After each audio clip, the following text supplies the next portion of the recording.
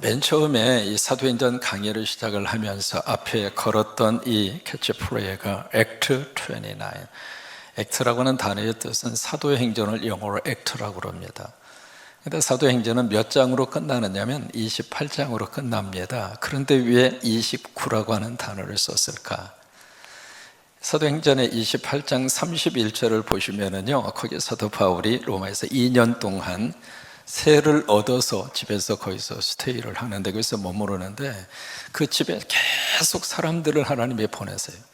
우리 성광교회 하나님께서 귀한 사람들을 계속 보내시기를 축복합니다. 그래서 사람들이 계속 사도 바울이 있는 곳으로 그 세를 들어서 살고 있는 집으로 오는데, 찾아오는 사람들을 놓고 거기에 담대하게 그리고 거침이 없이, 그에게는 방해받지 않고 그런 뜻입니다. 그래서 담대하게 거침이 없이 그들에게 두 가지의 사역을 합니다. 첫째, 하나님 나라를 그들에게 선포합니다. 여러분, 교회에서 선포해야 할 가장 중요한 복음의 핵심은 천국입니다. 왜 우리가 예수를 믿는가? 왜 우리가 예수를 믿어야만 하는가? 천국 때문에 그래요. 예수 믿지 않고서는 그 나라 못 갑니다. 그래서 바로 교회에서 선포되어야 할 가장 중요한 메시지의 주제가 바로 하나님 나라인데, 그 하나님의 나라를 그들에게 선포하고, 두 번째, 예수 그리스도에 관한 것을 그들에게 가르칩니다. 그런데 사도행전 28장 31절의 말씀은 그것으로 끝나지 않았어요. 그 다음 장을 쓰라고 하는 거예요. 그래서 이 강의를 시작을 하면서 하나님, 사도행전 29장을 성광교회가 쓰게 해주세요. 아멘. 이 세상에 수없이 많은 교회들이 있지만 우리 교회로서 사도행전 29장을 쓰는 하나님의 교회로 우리 교회가 쓰임을 받게 해 주옵소서. 우리 성도들이 그 일의 주인공이 되게 하여 주옵소서. 그 믿음을 가지고 여기 Act 29이라고 하는 말을 쓴 겁니다. 그러면서 여기 그 밑에 보시면은 무슨 꽃을 피워요? 살림의 꽃을 피우죠. 그래서 이 강의를 시작을 한 지 무려 4년의 시간이 지났습니다만은, 이 4년의 기간 동안에 하나님이 우리 교회와 여러분들을 통해서 무슨 일을 하셨는가? 전 세계 11개 나라에 97개의 교회를 세우게 하셨습니다. 하나님이 하신 줄로 믿습니다. 인정하시면 아멘. 근데 누구를 통해서 하셨는가? 여러분들을 통해서 하셨어요. 사도행전의 장을 딱 여는 순간 사도행전 전체를 끌고 가는 엔진이 있습니다. 여러분 차 몰고 오셨잖아요. 여러분이 몰고 온 거 아니잖아요. 엔진이 가동이 돼서 거기서 힘을 받아서 우리가 운전해서 여기까지 오신 거잖아요. 사도행전 전체 속에 끌고 가는 엔진이 사도행전 1장 8절입니다. 그 1장 8절에 보시면 성령이 너희들에게 임하시면, 사도행전의 문은 무엇으로 여는가? 성령으로 여셨어요. 교회의 문은 누가 어떻게 여는가? 성령께서 교회의 문을 여십니다.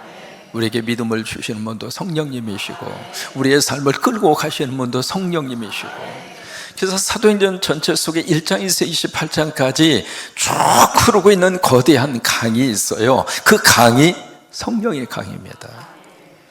그래서 성령이 너희들에게 임하시면 그 다음에 두 번째, 권능을 받고. 여러분, 권능은 누가 주시는가? 성령님이 주세요. 여러분, 권능 받으셔서 능력 있게 사시기를 축복합니다. 그러니까 그 권능은 내 속에서 내 스스로가 발전시키고 내 스스로가 생산해내는 것이 아니라 하나님이 주시는 거예요. 여러분, 아버지의 것 많이 받아서 누리세요. 그러니까 너희가 성령을 받으면 그 다음에 권능을 받고, 권능을 받은 상태에서 나에게 권능이 임했구나, 그거 생각하고 묵상하고 기념관 세우고 거기서 끝나라, 그게 아니에요. 권능 받은 다음에 그 다음에 예루살렘과 유대와 사마리아와 땅끝까지 이르러 누구 증인이 되리라? My witness, 내 증인이 되리라. 이게 사도행전의 역사입니다. 그러니까 사도행전에 수없이 많은 사람들이 등장을 하잖아요. 사도들 가운데는 베드로가 등장하고 바울이 등장하고 그 외에 많은 사람들이 이 사도행전 속에 등장을 하는데, 그 등장하는 모든 사람들을 누가 움직이고 있는가? 성령님이 움직이세요. 여러분 여기에 컵이 있잖아요. 언제가 말씀드렸는데 이 컵을 딱 놓고 옆에서 이제 명령을 합니다. 컵아, 움직여? 움직였어요? 눈 크게 뜨고 보세요. 컵아! 차 목사 체면 봐서 20cm만 움직여. 움직일 자다! 움직였어요?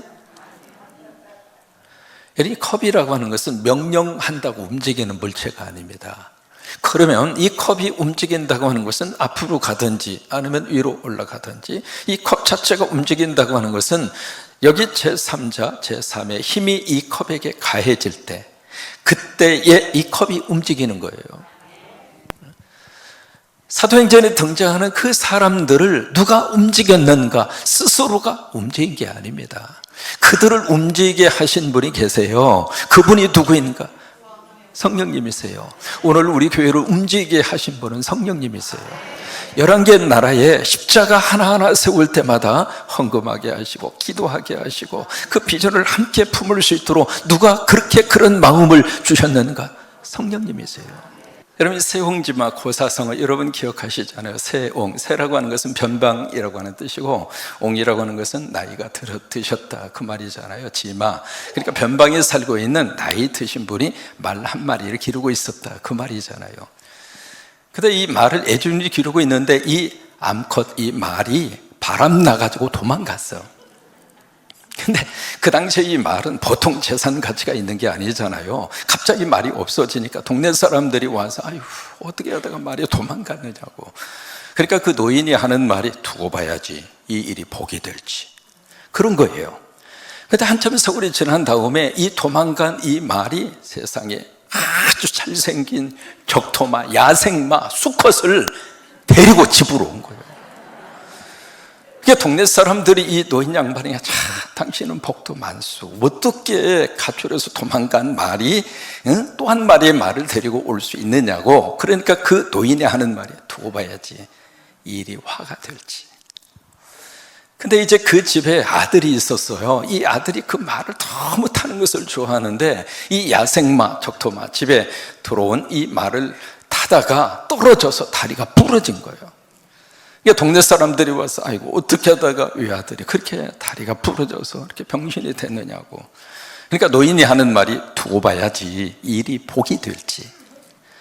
그러다가 전쟁이 일어났어요. 그래서 동네에 있는 모든 총각들이 징집이 돼서 군대에 다 끌려간 거예요. 그래서 군대에 다 끌려가서 다 죽었어. 다 죽었는데 이 노인 양반의 아들만 다리에 문제가 있어서 징집이 안 돼서 혼자 그 동네 총각으로 혼자 살아서 동네 처녀 다 데리고 살았대.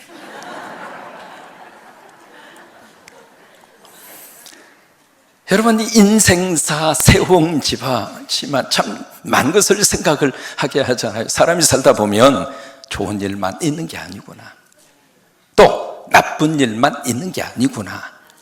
좋은 일이 우리가 만나면 또 나쁜 일도 만나고 나쁜 일을 만나면 좋은 일도 만나고 또 하나 이게 좋은 일이 계속 좋은 상태로 지속되는 것은 아니구나. 좋은 일이 나쁠 수도 있고 나쁜 일이 좋을 수도 있고 그것이 바로 인생사 세옹지마라고 하는 말을 통해서 우리가 알게 되는 그런 삶에 대한 교훈인데 이 사도행전 28장에서 바로 그것을 느낄 수 있어요. 사도 바울이 지금 예루살렘에서 체포가 돼서 가이사라 그 항구를 출발하잖아요. 그래서 어디까지 가느냐면 거기에 루시아라고 하는 무라라고 하는 항구까지 도착합니다.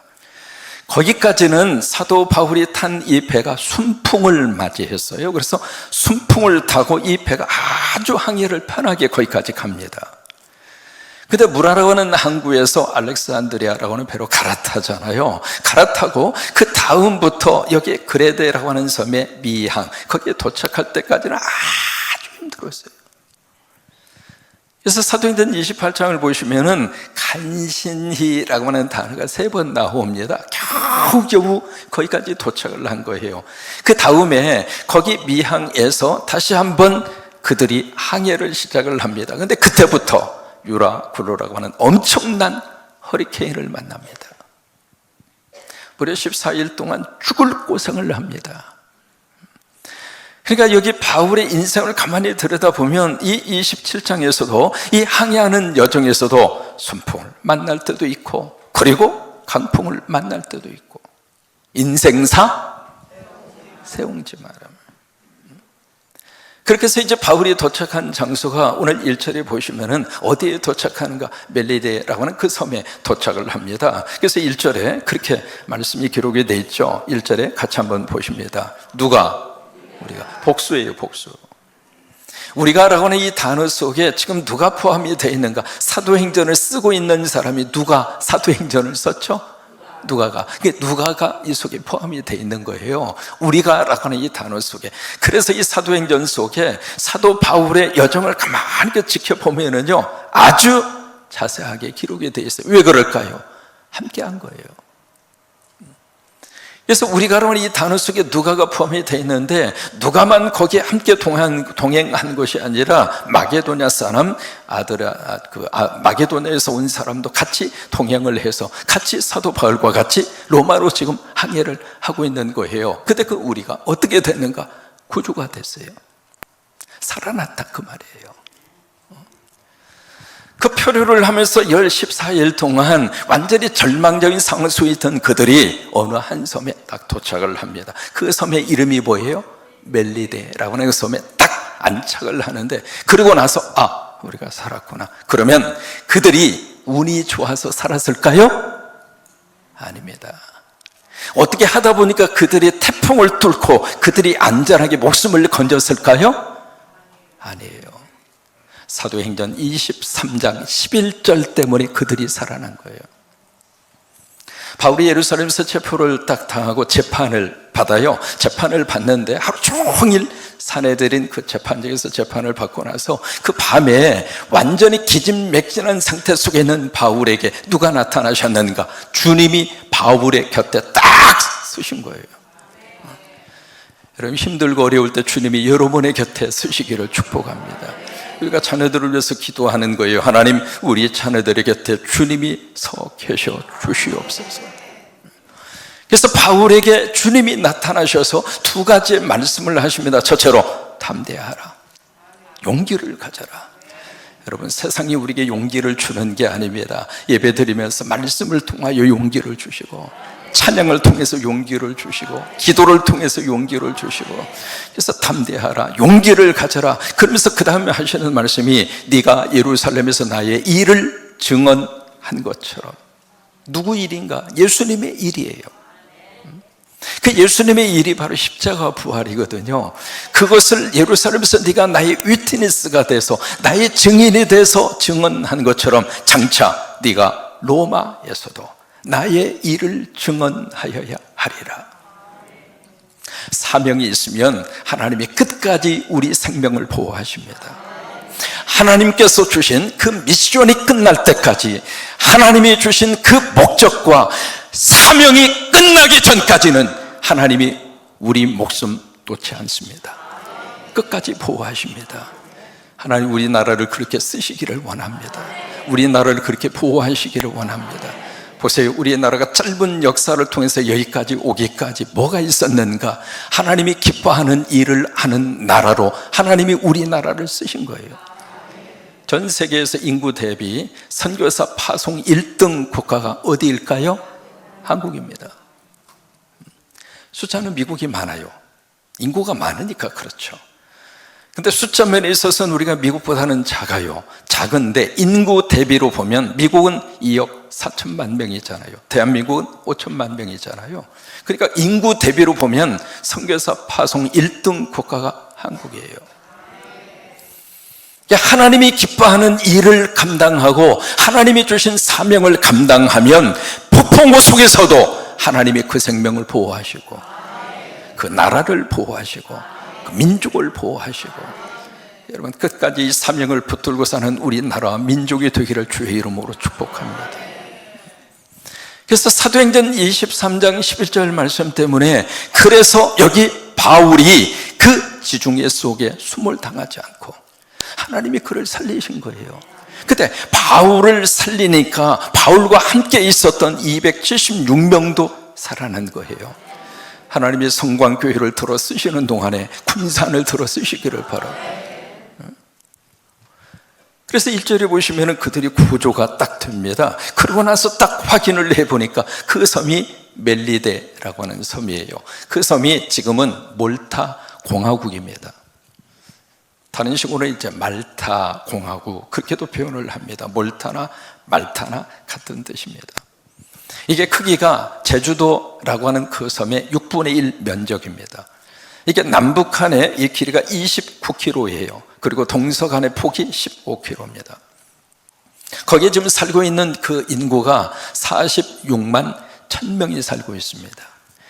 근데 그 몰타 공화국의 특징이 두 가지가 있어요. 첫째로 2월 10일이 되면 몰타 공화국에 거기 있었던 주민들이 지키는 축제가 하나 있어요. 근데 그 축제 이름이 바로 뭐냐면 성 바울 난파 축제입니다. 영어로는 The Fest, Fest라는 게 축제거든요. of Saint Paul, 바로 성 바울 그 말이거든요. shipwreck이라고 하는 것은 배가 난파됐다 그 말이에요. 근데 그것을 2월 10일이 되면 몰타 공화국에서는 그 축제를 지킵니다. 이게 바울에게 있어서는 그 난파의 그 나쁘고 안 좋은 일로 여겨지는 그 일이 몰타 공화국의 사람들에게는 복이 된 거예요. 인생사 세용지만. 참 바울에게 있어서는 14일 동안 그의 목적지는 몰타가 아닙니다. 멜리데가 아닙니다. 로마예요. 그래서 모든 계획이 다 틀어졌잖아요. 그리고 모든 스케줄들이 전부 다 엉망이 됐는데 그 나쁜 일이 이 몰타 공화국의 사람들에게는 복이 된 거예요.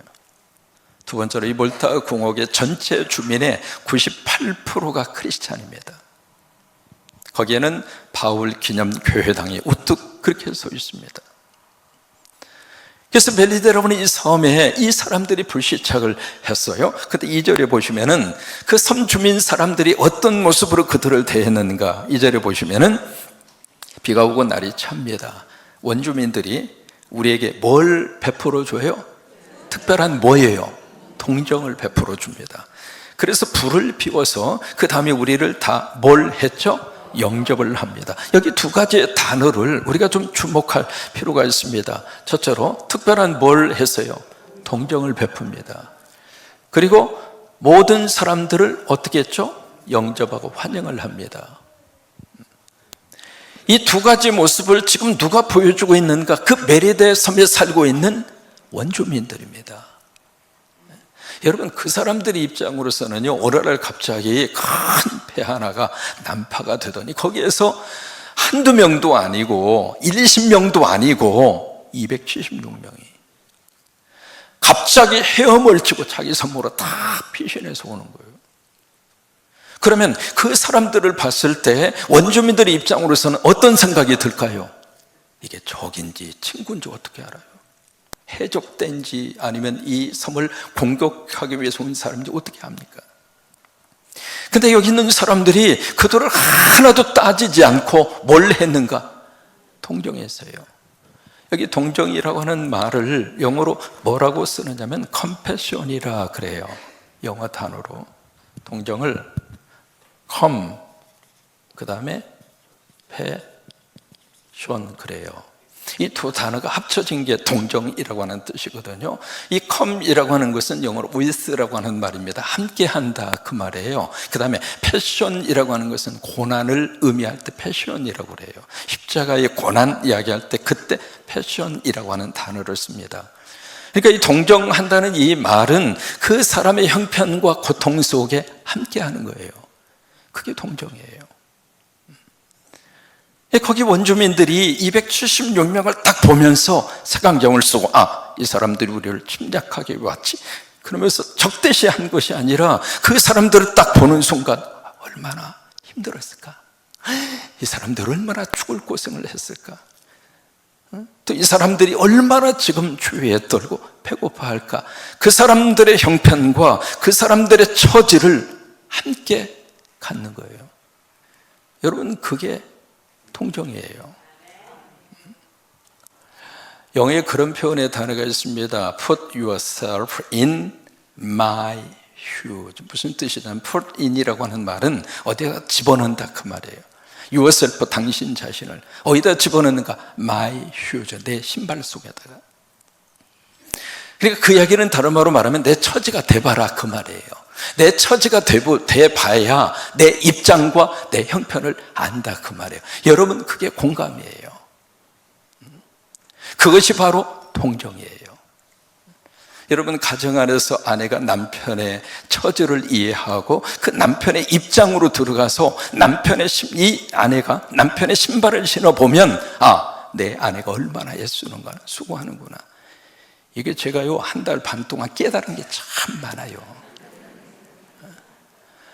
이 끼니 때만 되면 뭘 해 먹어야 될까?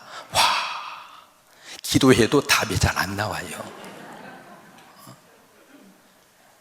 근데 그 입장이 딱 돼 보니까 다시 한번 각오를 했습니다. 주는 대로 먹자. 이럴 때 여자분들이 아멘 해야 참 좋은데, 아내의 신발을 신어보지 않으면 이 머릿속에 아이 그냥 빨리빨리 끓여 찌개 3개 하고 반찬 15개 하고, 아, 그 10분이면 되지 뭐 이렇게 시간이 많이 걸리느냐고. 해봐. 아내의 신발 신어봐요. 동정이라고 하는 것은 바로 그거예요. 드라마 대사 가운데 유명한 드라마 대사 하나가 있습니다. 아프냐? 나도 아프다. 그게 동정이에요. 그게 공감이에요. 아프냐? 그러니까 이제 아프다고 그러니까 병원에 가. 그건 동정이 아닙니다. 아프다고 그러니까 약 챙겨 먹어야지 뭐 했어? 여러분, 그건 동정이 아닙니다.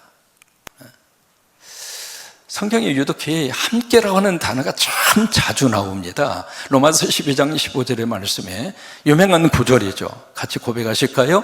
즐거워하는 자들과 함께 즐거워하고 우는 자들과 함께 울어라. 여기 지금 좋아서 막 즐거워하는 사람이 있습니다. 근데 여기서는 아이고 배가 아파가지고 아이고 저 사람이 저렇게 잘 되면 안 되는데, 그러지 말라 이 말이에요. 한쪽의 사람이 지금 너무 슬퍼서 울고 있는데 이쪽에서는 아이고 고소하라, 잘됐다, 그러지 말라 이 말이에요.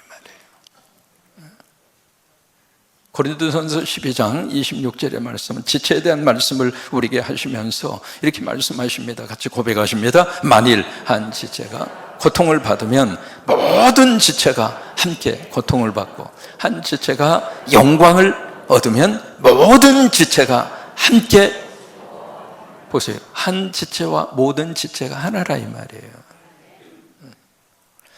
여러분, 교회 안에서 맛볼 수 있는 기쁨과 교회 안에서 맛볼 수 있는 너무 귀한 공동체의 모습이 그거 아닙니까?